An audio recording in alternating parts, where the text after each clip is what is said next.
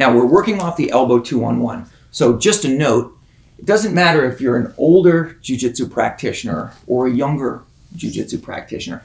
The grips that we're using off the sumigeshi, they don't require any particular advantage in terms of strength or flexibility or power. When your partner's here and you're playing in this range, these grips, like being able to score either a 2-on-1 or an elbow 2-on-1, or as we're going to see soon, an arm drag, these are just really a matter of understanding where you want to get your hands. And once you get your grips, understanding the importance of anchoring your elbows, okay? You can be a smaller, older practitioner, and you can still find a lot of success with these grips. Not only that, but the ability to pull your hips underneath your partner isn't a high-level skill. It's not an inversion. It's not anything like that.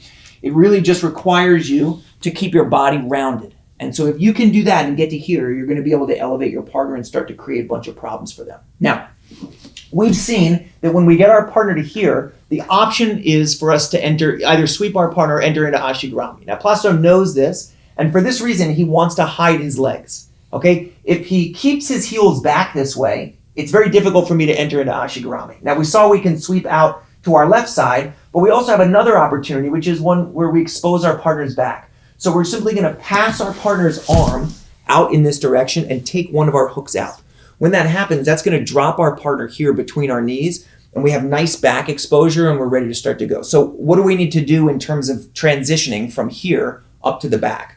Well, the major concern is covering our partner's back with our chest. Right now, there's a pretty big gap between us. So as soon as he lands, I'm going to either want to pendulum with the left leg or dig the heel into the floor and rise up to make sure that my head is above his head.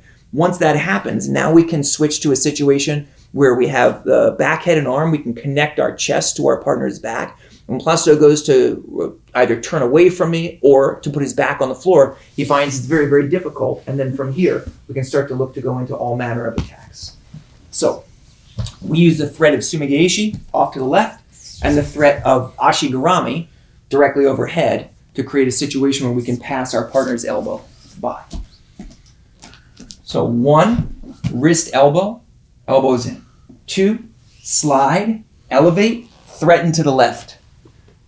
Next, we push our partner's arm across the body. We take our left leg out, and we simply allow their hips to fall down between our knees.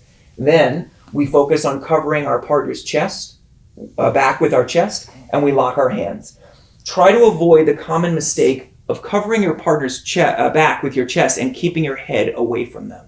This distance, even though we did need head height before, is now a liability. We want to bring our head very close to our partner, and now from here we can start the work of breaking them down, making adjustments into whatever leg contour we need to control our partner. So 1 final time. So 1, get the grip.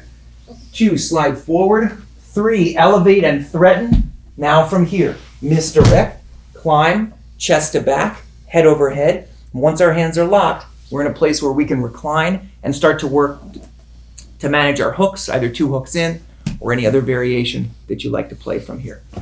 So the 2-on-1 allows us to elevate, move our partner's arm out to the side, and from there you can expose the back. So you have yet another attack that comes directly off of sumigeshi, the elbow 2-on-1.